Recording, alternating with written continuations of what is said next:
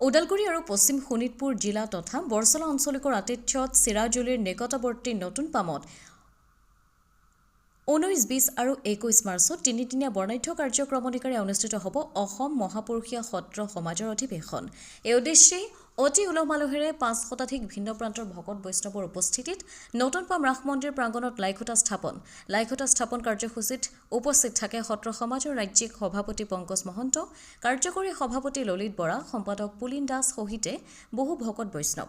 অসম মহাপুৰুষীয়া সত্ৰ সমাজৰ ওদালগুৰি জিলা আৰু পশ্চিম শোণিতপুৰ জিলাৰ উদ্যোগত তথা বৰছলা আঞ্চলিক সমিতিৰ আতিথ্যত ভক্তপ্ৰাণ ৰাইজক আদৰিবলৈ উদযাপন সমিতিয়ে প্ৰস্তুতি এতিয়া তুংগত তুলিছে। অধিৱেশনৰ এক মুখ্য কাৰ্যসূচী ধৰ্মালোচনী সভাত যুৱ সমাজৰ বিশিষ্ট বক্তা এঞ্জেলা চাংমাই ধৰ্মালোচনী সভাৰ বিশিষ্ট তথা নিৰ্দিষ্ট বক্তা হিচাপে উপস্থিত থাকিব। উদযাপন সমিতিৰ হৈ সভাপতি সুজিত কটকী তথা সম্পাদক দিগন্ত বৰাই সকলো ধৰ্মপ্ৰাণ ৰাইজৰ সহায় সহযোগিতা তথা উপস্থিতি আন্তৰিকতাৰে কামনা কৰিছে।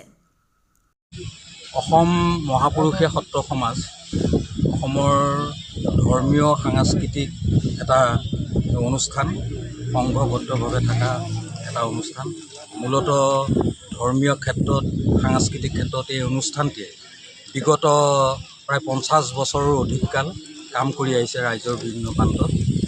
এই সংগঠনটোৰ 26 সংখ্যক যি দ্বিবাৰ্ষিক অধিৱেশন, পূৰ্ণাংগ অধিৱেশন, এই পূৰ্ণাংগ অধিৱেশনখন এইবেলি সৌভাগ্যক্ৰমে আমাৰ সত্ৰ সমাজৰ পশ্চিম শোণিতপুৰ জিলা সমিতি আৰু ওদালগুৰি জিলা সমিতিৰ আমন্ত্ৰণত আমাৰ বৰছলা আঞ্চলিক সত্ৰ সমাজৰ উদ্যোগত আতিথ্যত অহা 19, 20 আৰু 21 মাৰ্চ তাৰিখে আয়োজিত হ'ব আমাৰ এই ঐতিহ্যমণ্ডিত এই নতুন পাম ৰাস মন্দিৰ প্ৰাংগণত। আচলতে আমাৰ এই বৃহত্তৰ অঞ্চলটো, চিৰাজুলি অঞ্চলটো, নতুন পাম এই অঞ্চলটো ভিন্ন জাতি জনগোষ্ঠীৰ এক মিলন তীৰ্থ।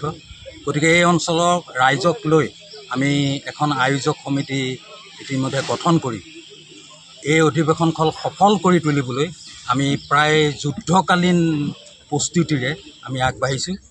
অৱশ্যে আমাৰ এই অঞ্চলটোৰ আৰ্থ সামাজিক অৱস্থাটো ইমান টনকিয়াল নহয়। গতিকে ৰাইজৰ দান বৰঙণি, ৰাইজে আৰ্থিক দিশত, কায়িক দিশত, মানসিকভাৱে আমাৰ এই অধিৱেশনখিনি সফল কৰি তুলিবলৈ আশীৰ্বাদ জনাইছে। গতিকে আমাৰ 19 তাৰিখৰ পৰা কাৰ্যসূচী আৰম্ভ হ'ব। ভিন্ন কাৰ্যসূচী আছে। মূলতঃ এই অনুষ্ঠানলৈ আমি যিখন মুকলি সভা হ'ব আৰু ধৰ্মালোচনী সভা, এই অনুষ্ঠানলৈ আমাৰ অসমৰ এগৰাকী যশস্বী এগৰাকী বক্তা, বিশেষকৈ ধৰ্মীয় সাংস্কৃতিক ক্ষেত্ৰত বক্তব্য প্ৰদান কৰি জনপ্ৰিয়তা অৰ্জন কৰা এগৰাকী বক্তা, এগৰাকী সাংবাদিকো এঞ্জেলা চাংমাইক আমি আমন্ত্ৰণ কৰিছোঁ। তেনেকৈ আমাৰ 20 মাৰ্চ তাৰিখে এটা সাংস্কৃতিক শোভাযাত্ৰা হ'ব আৰু ভাগৱত ভ্ৰমণ আৰু সাংস্কৃতিক শোভাযাত্ৰা, এটা বৰ্ণিল সাংস্কৃতিক শোভাযাত্ৰা উলিওৱাৰ কথা ভাবিছোঁ।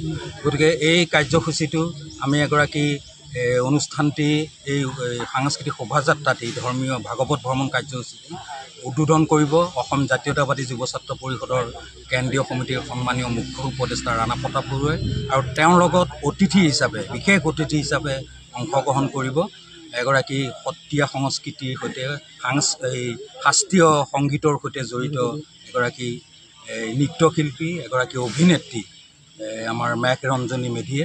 গতিকে এই অঞ্চললৈ আমি আমাৰ জিলাৰ আয়ুক্ত মহোদয়কো নিমন্ত্ৰণ কৰিছোঁ। আমাৰ মন্ত্ৰী থাকিব অশোক সিংঘাল ডাঙৰীয়াকো আমি আমন্ত্ৰণ জনাইছোঁ। মাজবাটৰ বিধায়ক চৰণ বড়ো ডাঙৰীয়াকো আমি আমন্ত্ৰণ জনাইছোঁ। আৰু এগৰাকী বক্তা অৰূপ শইকীয়া বুলি, তেখেতো এই ভাওনা সংস্কৃতিৰ সৈতে বা লেখা মেলাৰ সৈতে জড়িত এগৰাকী ভাল বক্তা, তেখেতো আহিব। গতিকে বিবিধ বৰ্ণিল কাৰ্যসূচীৰে ইয়াৰ মাজতে আমাৰ পালনাম ভাগিও হ'ব। এই আমাৰ মহাপুৰুষ সত্ৰ সমাজৰ এই অধিৱেশনৰ লগত সংগতি ৰাখি প্ৰতি বছৰে এভাগি পালনাম হয়। এইটো এটা কেন্দ্ৰীয় কাৰ্যসূচী, মূল কাৰ্যসূচী। গতিকে পালনাম ভাগিও হ'ব। ৰাজ্যখনৰ ভিন্ন প্ৰান্তৰ পৰা প্ৰায় প্ৰতিখন জিলাৰ প্ৰতিনিধিসকল আহিব, ভকতসকল আহিব, আই মাতৃসকল আহিব, আমাৰ অতিথিসকলক আহিব।